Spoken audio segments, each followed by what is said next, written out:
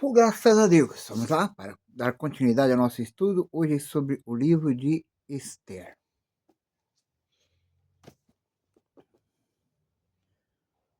Podemos até intitular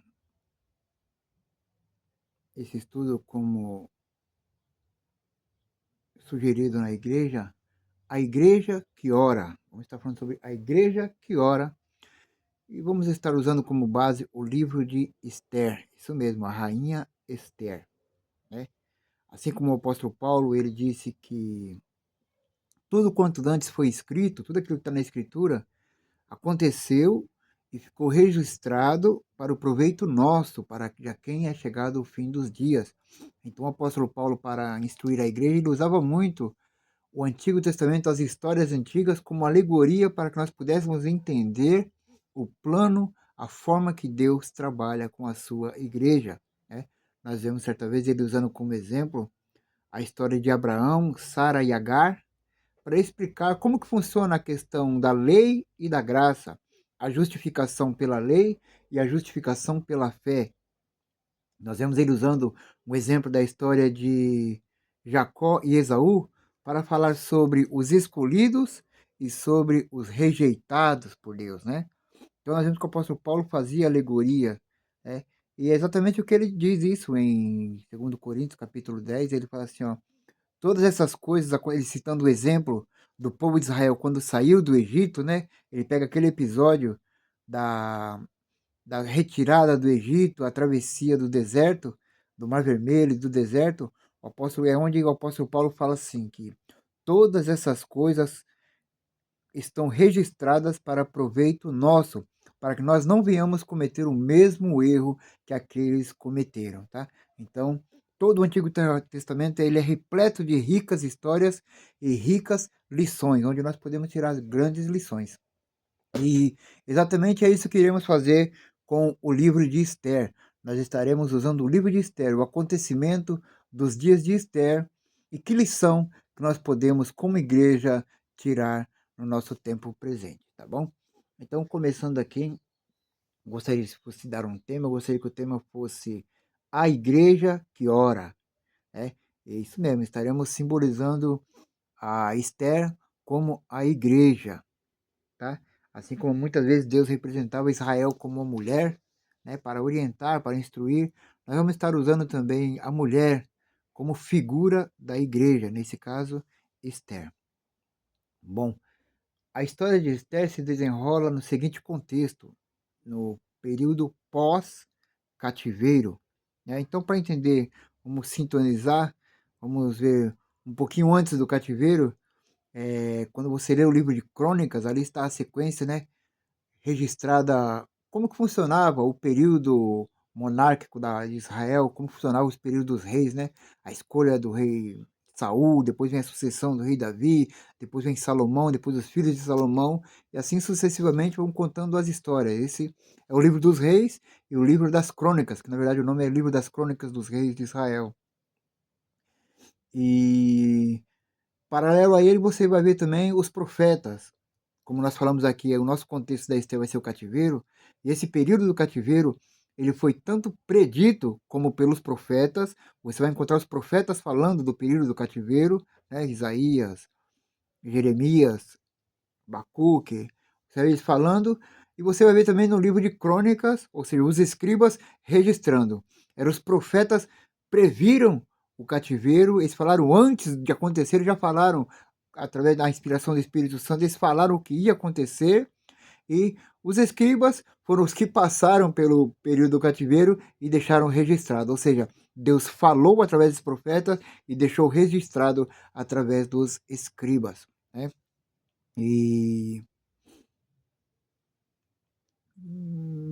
os profetas anunciaram o cativeiro e os escribas eles registraram tanto a ida para o cativeiro como a permanência no cativeiro, assim como o retorno, né? Então os profetas profetizaram a ida, mas também profetizaram o retorno, a volta. E os escribas também, eles descreveram a ida para o cativeiro, descreveram como que era a época do cativeiro e descreveram a volta, tá? Isso você vai ver no livro de Esdras. Esdras foi quem deixou registrado ali como que foi o período do retorno, o final do cativeiro, né?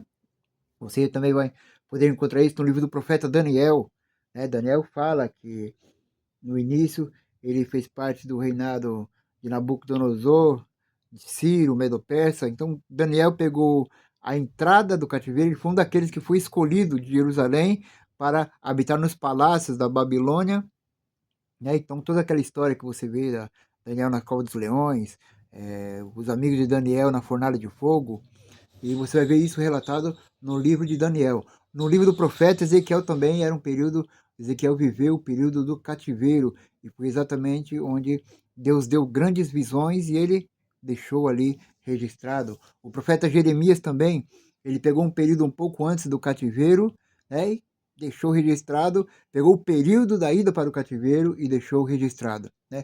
E Jeremias, a inspiração dele foi tão forte que Deus falou até através dele quanto tempo demoraria o cativeiro, que seriam de 70 anos, tá bom? Então, o que Deus estava mostrando ali? Que tudo estava no controle de Deus. Tanto a ida quanto o tempo, era Deus quem estabeleceu, que Deus estabeleceu 70 anos, e o tempo do retorno. Tudo sempre esteve no controle de Deus. Então, você lendo o livro de Reis e livro de Crônicas, você vai pegar ali a fase final de Israel antes de ser mandado para o cativeiro, né? Antes de Deus dar uma lição ao seu povo. O cativeiro foi nada mais, nada menos do que uma forma de Deus dar uma lição para o seu povo, que deixou de ouvir a instrução, deixou de seguir os mandamentos de Deus, deixou de seguir a autoridade de Deus, o direcionamento de Deus, não dava mais ouvido à voz dos profetas, não dava ouvido aos que os sacerdotes ensinavam, os sacerdotes já não ensinavam mais como deveriam ensinar. Então Deus resolveu dar uma lição, fazendo como? Tirando o povo da terra que ele colocou e levando para uma terra distante, onde o povo estaria sem templo, sem sacerdote, sem lei, sem reis, ou seja, o povo estaria totalmente perdido numa terra estranha. É como se Deus estivesse falando: vocês querem viver sem mim?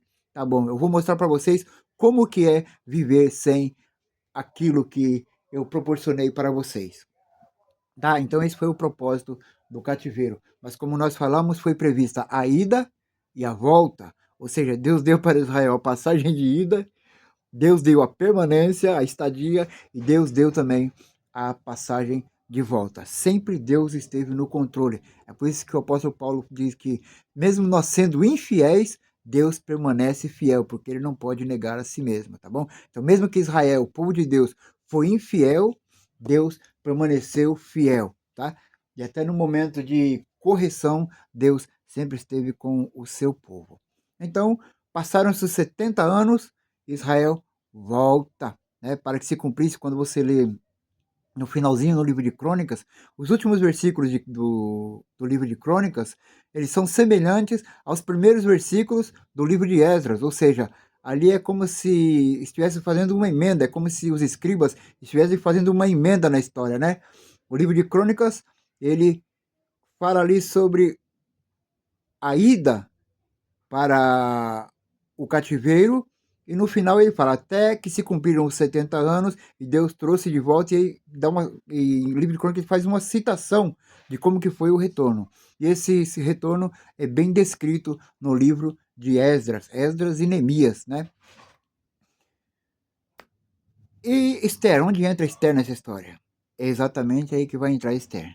Chegou o tempo do retorno, passaram-se os 70 anos, Israel volta do cativeiro, né? O rei Ciro faz um decreto para que Israel voltasse para a sua terra, para restaurar o culto, restaurar tudo aquilo que foi perdido, mas não foram todos os israelitas, todo o povo de Deus que voltou para Israel.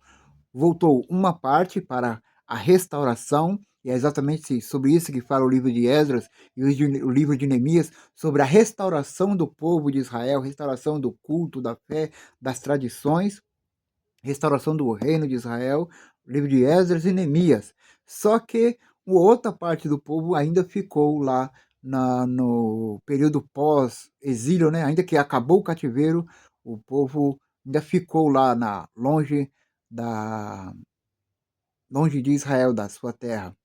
E aqui nós podemos já ter uma lição interessante, que pode acontecer de nós estarmos passando por um momento difícil, que Deus quer nos ensinar alguma coisa, e pode acontecer aquele tempo acabar e nós não percebemos, ou aliás, ou até perceber, mas propositalmente ficar no local de cativeiro e não retornar aonde Deus gostaria que você retornasse. Então, essa é uma lição que nós já podemos começar aqui a perceber. Opa, peraí, chegou o tempo do cativeiro, venceu o tempo do cativeiro, o povo voltou, mas nós ainda estamos aqui preso, como se estivesse sem ação, né? Sem liberdade, como se nós estivéssemos ainda em cativeiro. Então, foi exatamente isso que aconteceu nos dias de Esther. Apesar de uma grande parte do povo ter voltado, Deus estava fazendo uma grande obra de restauração. Havia muita gente que preferiu não pegar esse caminho de volta e continuar com esse caminho para frente, longe dos propósitos de Deus. Mas pelo livro de Esther, nós vamos ver que o amor de Deus, a fidelidade de Deus é tão grande que mesmo aquele povo não voltando, Deus ainda cuidava deles. Talvez seja esse um dos motivos que no livro de Esther você não vai ver a citação do nome de Deus. Mas apesar de você não ver a citação do nome de Deus no livro de Esther, você vai perceber que era Deus quem estava trabalhando ali naquele momento, né? Então, vamos agora começar a história de Esther. Quem era Esther?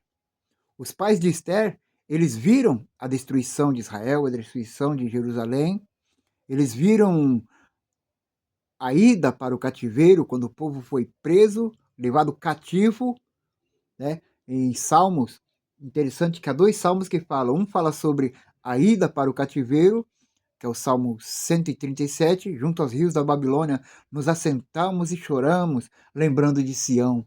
Nos salgueiros que há no meio dela, nós penduramos a nossa harpa, né? Porque aqueles que nos levavam cativos nos pediam canções, aqueles que nos prenderam nos pediam que os alegrássemos, dizendo, cantai-nos um dos cânticos de Sião. E a resposta dos sacerdotes era, um dos levitas, como entoaremos o cântico do Senhor em terra estranha? Ou seja, nós não temos motivo nenhum aqui para cantar, para entoar os júbilos que nós fazíamos lá na nossa terra, né? Então não há como entoar cântico de louvor e provocar uma alegria, expressar alegria, sendo que nós estamos sendo levados para o cativeiro, né? Então nós vemos aqui uma outra lição. Qual era o plano de Deus para Israel com fazer, deixando acontecer o cativeiro? Deus estava querendo mostrar para Israel o que é viver sem a presença de Deus. O que é viver sem as festas que Deus proporciona, longe dos mandamentos de Deus. Você não tem motivo para viver, você não tem motivo para cantar. E quando aqueles homens pediram as canções para Israel, canta aqueles cânticos que vocês cantavam, celebravam lá em Sião, eles falaram, não tem como cantar o cântico do Senhor em terra estranha. Por isso eles penduraram as suas harpas e choraram, apenas choraram, que estava começando ali tudo aquilo que Deus havia falado através dos profetas. Então, o Salmo 137, os escribas estão descrevendo como que foi essa ida para o cativeiro. E foi exatamente essa cena que os pais de Esther presenciaram. A ida para o cativeiro. E a rainha Esther, ela já nasceu ali no cativeiro, já nasceu lá no período lá dos persas, né, dos Babilônia, naquela época, e na descrição diz que ela foi criada pelo seu primo, porque os seus pais, né, os pais de Esther haviam morrido, e Mardoqueu começou a cuidar dela como se fosse sua filha. Então Mardoqueu era o responsável pela criação de Esther. Então, nós vemos aqui que Esther presenciou um momento interessante. Ela viveu num momento de restauração. Esther nasceu num período de restauração. Quando Esther nasceu e estava crescendo lá na Pérsia, na Média, na Pérsia, né, já havia acabado o período babilônico, né? Havia acabado o período de Nabucodonosor e o seu filho. Agora começou um novo reino, o reino do Medo-Persa. E foi nesse contexto que Esther nasceu e cresceu. E nesse exato momento estava acontecendo uma obra de restauração lá em Israel. Como os profetas falaram que haveria um retorno e haveria um tempo de restauração. Então Esther nasceu exatamente nessa época. Longe dela estava acontecendo uma obra de restauração, tá? E ela estava distante. E diz que ela começou a crescer e o livro começa descrevendo sobre o rei Assuero, no período do rei Assuero, e o livro começa descrevendo que foi feita uma festa. Aí eu quero abrir um parênteses aqui, que para falar do livro de Esther, como eu falei no início, que eu gostaria de parafrasear, usar um paralelo como o livro de Esther em comparação à igreja, né? Como nós falamos que geralmente a mulher é comparada à igreja, quando a Bíblia cita a mulher, né, ela pode ser usada como um, um tipo da igreja, né? Através dele nós podemos tirar uma lição que será útil para a igreja. E no livro de Esther eu gostaria de frisar aqui 3 nomes, tá? Guarde bem esses nomes. O primeiro nome que vai aparecer é Vasti, tá bom? Vasti era a rainha, a atual rainha. Nos dias da Esther, a rainha se chamava Vasti, ok? E a Esther se chamava Radassa. O nome da Esther era Radassa, a judia, a filha daqueles judeus que eu disse que morreram antes do cativeiro. Morreram, eles presenciaram o cativeiro e morreram, e deu o nome dela de Radassa, tá bom? E a judia Radassa. E depois ela recebeu o nome de Esther, ok? E então, guarde bem esses 3 nomes: Vasti, Radassa e Esther. Quem era Vasti? A atual rainha, né? Então, como nós falamos que a mulher simboliza a igreja, como nós poderíamos traçar um paralelo entre Vasti e a igreja? Simples. Estava tendo uma festa, o rei proporcionou uma grande festa, e naquela festa o rei ele diz assim: olha, eu vou apresentar a minha esposa para vocês, a rainha, vocês vão conhecer a beleza da rainha, vão ver a beleza da rainha. E ele manda chamar a rainha Vasti para se apresentar na festa. E o que aconteceu? Vasti se recusou ao mandado do rei. A ordem do rei é para que ela viesse e se apresentasse, porque ele queria ter o prazer de mostrar aquela que onde estava o seu coração, onde ele aplicava o seu coração, a rainha Vasti. E a rainha Vasti simplesmente desobedeceu, não atendeu a voz do rei, a autoridade do rei, e fez o que ela quis. E isso custou o reino. Isso custou-lhe o reino. Então aqui nós já podemos ter uma lição. Espera aí. A igreja, ela tem um rei. A igreja, ela é amada por um rei. E o prazer do rei é mostrar a beleza, né? Porque a beleza da rainha, você vê ela, as suas vestes, a sua coroa, toda aquela beleza, quem proporcionou foi o rei. Então o rei está mostrando ali o quanto ele ama aquela mulher ao ponto de adorná-la, né? Então o rei adornou a rainha e quis mostrar toda essa beleza pública. E o que ela simplesmente fez? Ocultou-se e não compareceu. E isso custou muito caro, porque fez com que ela perdesse o reino. A orientação que o rei seguiu foi para destituir o reino daquela que desobedeceu, porque ele não ia querer uma rainha que faz pouco caso dele. Qual é a pessoa que vai ter prazer em viver com outra pessoa que faz descaso, né? Faz pouco caso, né? E foi exatamente o que aconteceu. Esse descaso da rainha Vasti para com o rei lhe causou a perda do trono. Tá bom? Então, que nós possamos já aprender aqui. Se nós queremos ser parte da igreja de Cristo, é fundamental que haja submissão ao rei. Então, quando a igreja deixa de mostrar a submissão ao rei, quando ela não quer mostrar a beleza que o rei proporcionou para ela, tornar público, então para nada mais presta a não ser pisada pelos homens. Foi exatamente o que Jesus disse: vós sois a luz do mundo. Ninguém acende uma luz, um candeeiro e coloca embaixo da mesa. Não, você quer colocar em cima da casa para que todos vejam, para que clareiem.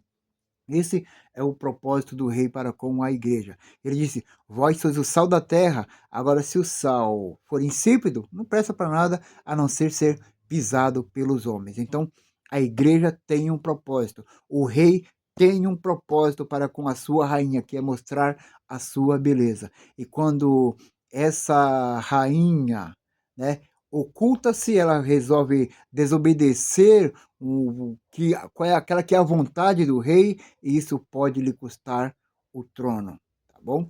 É exatamente o que nós vemos nas cartas as igrejas, né, no livro do Apocalipse, quando um determinado momento o dono da igreja, né, que é Jesus, ele diz assim, ó, vocês não são quente, você não é quente e nem fria. Oxalá você fosse fria ou fosse quente, né? Mas como você não é quente nem fria, és morna, eu estou a ponto de vomitar-te. Ó, foi exatamente o que o rei Assuero fez com a Vasti, ou seja, Vasti simboliza aquela igreja que não obedece ao seu rei e é vomitada, é lançada para fora, tá? E foi exatamente o que o rei Assuero fez. Aí passou-se o tempo e ele começou a se lembrar de Vasti, e aquilo começou a pesar no seu coração, né? E então foi sugerido algo, foi passa por todo o reino e escolhe dentre as mulheres uma para substituir, uma que será a substituta da Vasti, né? Uma mulher que venha a ser a rainha, que venha a ocupar o lugar da rainha para estar assentada ao lado do rei, né? Então o rei gostou daquela ideia e exatamente foi feito isso. Foi mandar percorrer toda a terra lá, todo o reinado, para escolher algumas mulheres donzelas, né? Para que fossem mulher do rei, para que aquela que o rei escolhesse, ela estaria diante da sua presença, tá bom? E aqui então aqui nós vemos aqui uma próxima lição.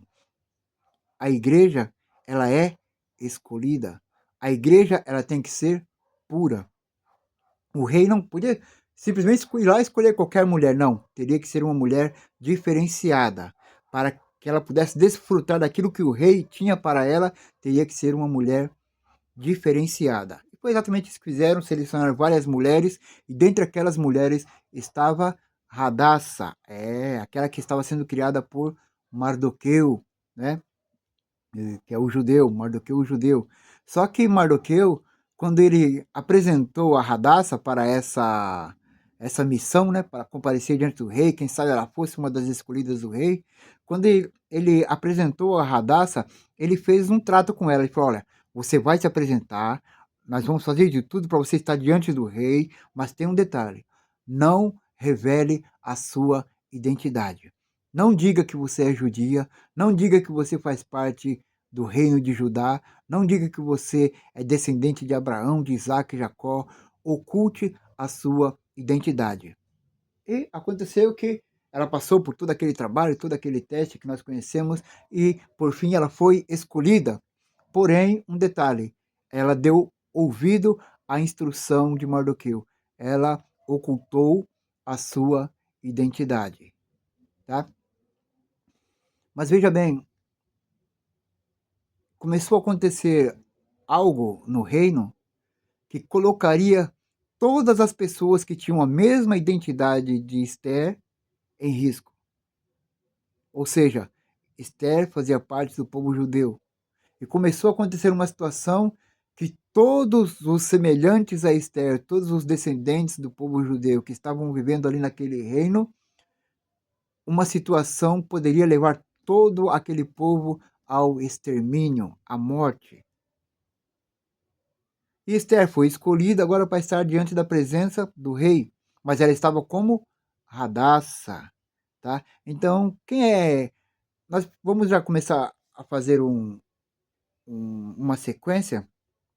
A rainha Vasti é aquela que um dia teve diante do rei, ela teve o privilégio de comparecer diante da presença do rei, de rogar ao rei, de pedir ao rei, de conversar com o rei, tinha comunhão com o rei, e simplesmente ela perdeu tudo o que ela tinha. Então Vasti é aquela que tinha acesso ao rei e perdeu esse acesso ao rei. E agora nós temos uma outra mulher, Radassa. Essa Radassa, ela foi escolhida para ter acesso diante do rei. E ela agora ela tem acesso a Deus. No caso, o rei aqui nós podemos simbolizar como Deus, né? O rei do universo. Então, nós aprendemos aqui que Deus, ele prepara uma oportunidade para que a pessoa tenha acesso a ele. Da mesma forma que ele rejeita, como Vasti foi rejeitada, aquele que desobedece a Deus, Deus simplesmente o rejeita.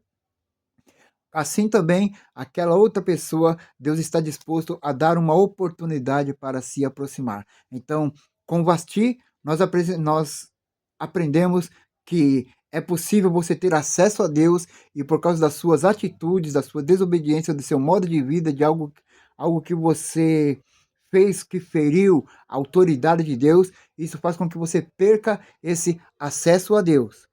Mas em Radassa nós vemos que há uma oportunidade, há uma forma de se aproximar de Deus quando Deus passa os seus olhos e ele escolhe. Ou seja, ninguém pode se aproximar de Deus se não for chamado. Foi exatamente isso que aconteceu em certo momento da história de Esther, quando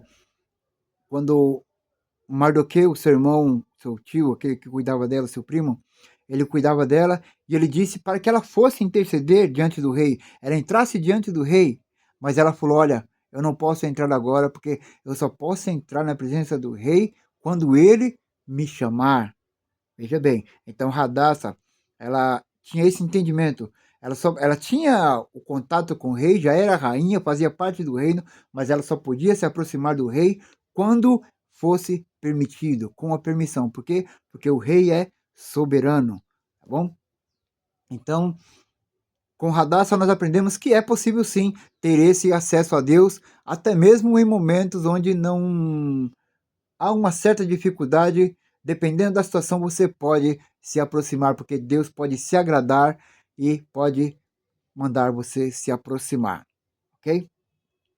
E o que aconteceu então foi que nesses dias levantou-se um homem chamado Amã, e esse Amã, ele começou a ter um atrito com Mardoqueu, porque como ele era alguém de posição alta no governo, no poder, quando ele passava, as pessoas se prostravam, as pessoas o adoravam, se inclinavam para ele, e ele percebeu que Mardoqueu não fazia isso. Mardoqueu não se prostrava, não se submetia a isso, porque ele era justamente porque ele era judeu, e judeu ele foi ensinado a adorar somente a Deus, a se prostrar somente diante de Deus. E isso começou a incomodar a Ramã, né, o homem que estava ali, o poder, atenção, foi Deus, foi o rei quem deu aquele poder para Amã, tá? Amã só tinha aquele poder, aquela autoridade, porque foi o rei quem colocou sobre ele. Assim também os adversários da igreja, os inimigos da igreja, eles só têm um determinado poder porque Deus colocou aquela autoridade, porque Deus permitiu aquela autoridade, mas só aquela poder e aquela autoridade só vai até onde Deus permitir, como nós lemos muito bem no caso de Jó. Satanás só pôde tocar em Jó até o ponto onde Deus permitiu. Onde Deus não permitiu, o diabo não pode chegar, o adversário não pode encostar. E começou a acontecer esse atrito entre o poderoso Amã e o judeu Mardoqueu, tá? E chegou ao ponto de aquele homem se irar tanto que ele decretou a destruição do povo judeu. Ele falou: ah, é? Vocês judeus não vão se prostrar? Então eu vou, deixa comigo. Ele, usando do seu poder, marcou um dia e naquele dia seriam enforcados todos os judeus. Todos aqueles que, veja bem, irmãos, o perigo de você não estar na presença de Deus, fora da vontade de Deus. Nós vimos que o plano de Deus era que Israel voltasse, que o povo de Israel voltasse para a terra de onde eles eram, vencer o tempo do cativeiro para voltar. E agora eles estavam ali numa terra estranha. Veja bem o perigo que nós corremos quando nós estamos fora do propósito de Deus. Com certeza, se eles estivessem lá em Israel, estariam protegidos, mas estavam nessa situação. Mas o amor de Deus é tão grande que ainda nessa situação, Deus ainda estava provendo um escape, né? E certa vez havia acontecido que algumas pessoas, dois homens, planejaram a morte do rei e esse plano chegou ao conhecimento de Mardoqueu, né? Mardoqueu ficou sabendo, esses camaradas vão querer matar o rei. Aí Mardoqueu ficou sabendo, correu lá e mandou avisar, né, a Esther. Falou: ó, fala pro rei aí que estão armando um esquema aí para matar o rei. Alguém tá se colocando como adversário do rei aí, fala para ele ficar atento. Aí foi mandado investigar e realmente descobriram que havia uma armação contra o rei. E o que aconteceu? Aqueles homens foram enforcados, tá? Então isso ficou relatado lá no livro do rei, no histórico lá, no memorial do rei. ficou nos livros do rei. Aí aconteceu que o rei, certa vez, ele perdeu a noite de sono, preocupado, ele ficou sem dormir. Aí nessa que ele ficou sem dormir, ele começou a ler aqueles livros e encontrou essa história. Um homem que Deus deu um livramento para o rei através desse homem. Ele ficou abismado com aquela história e falou, peraí, o que fizeram com esse homem? Que ele ajudou a salvar a minha vida, ajudou a... Ele fez algo que agradou, foi agradável. Como que honraram ele? Aí falaram, ninguém fez nada com ele não, ele é o judeu, o Mardoqueu que fica na porta lá. Ninguém fez nada com ele não. Aí o rei falou assim, peraí, não, nós vamos honrá-lo. Eu quero honrar. E aqui nós aprendemos uma lição. Vamos comparar Mardoqueu como se fossem os obreiros que cuidam da igreja. Não foi isso que Mardoqueu fez? Ele cuidava da Radassa? Até o momento em que a Radassa fosse entregue para os cuidados do rei, quem cuidava dela era Mardoqueu. Então gostaria de fazer uma comparação de Mardoqueu com o ministério de obreiros, com nós como obreiros, como tem sido o nosso proceder para com a igreja de Cristo. Antes que a igreja seja entregue na mão do rei, ele a confiou na mão de homens. E nós, como homens, como obreiros, como obreiras, como é que nós estamos cuidando da Radassa? Então, esse personagem Mardoqueu, eu gostaria de fazer a comparação com aqueles que cuidam das coisas da esposa, aquela que seria a futura esposa do rei, antes que ela seja entregue para o rei, a função dele é cuidar dessa mulher, né? Então, esse é o papel dos obreiros, pastores, né, dos apóstolos, evangelistas, profetas, como disse o apóstolo Paulo, né? Para o aperfeiçoamento da igreja, para cuidar da igreja, Deus mesmo colocou apóstolos, profetas, evangelistas, pastores e mestres para cuidar da igreja. Então, Mardoqueu simboliza isso, essas pessoas responsáveis para cuidar da igreja do Cordeiro até que ela seja entregue ali na posição real, né, para o Rei dos Reis e Senhor dos Senhores. E uma obra que Mardoqueu tinha feito chamou a atenção do rei e fez com que o rei sentisse a necessidade, o desejo de honrar aquele homem que fez esse benefício. Então aqui nós temos uma lição. Quando você realiza um benefício muito grande, saiba que o bem que você faz pode chamar a atenção do rei e isso pode ser um motivo de Deus querer te abençoar abundantemente por algo que você fez. Talvez você nem percebeu. Uma coisa que me chama muita atenção foi quando Jesus disse que naquele grande dia o rei vai chegar para algumas pessoas e vai falar, olha, vem aqui para o meu reino porque eu tive fome e vocês me deram de comer. Eu tive sede e vocês me deram de beber. Eu estive doente e vocês me visitaram. Eu estive preso e vocês me visitaram. Eu estive nu e vocês me vestiram. Então pode vir fazer parte do meu reino. Aí o que me chama a atenção foi a resposta daquelas pessoas. Elas disseram, mestre, quando foi que a gente fez isso aí e nós fizemos isso para o senhor? Quando que nós fizemos isso com o senhor? Nós não estamos lembrados disso não. Veja bem, irmãos, eles fizeram sem a mínima intenção, fizeram por naturalidade. E exatamente isso que eles fizeram por naturalidade, acolher aqueles pequeninos, fez com que nesse grande dia lá na frente, o rei levasse em conta e disse, olha, quando vocês fizeram alguma dessas coisas a esses pequeninos, a mim vocês fizeram. Ou seja, agora chegou o momento do rei honrar. Ok? E exatamente isso que aconteceu com Amã. Com Amã não, com Mardoqueu. Aquela atitude dele chamou a atenção do rei, até que chegou um momento em que o rei desejou honrar a Mardoqueu. E, voltando para Amã, Amã já estava com um plano decretado. Tal dia já vai ser lançada a sorte, na tal dia nós vamos matar todo aquele que faz parte do povo judeu.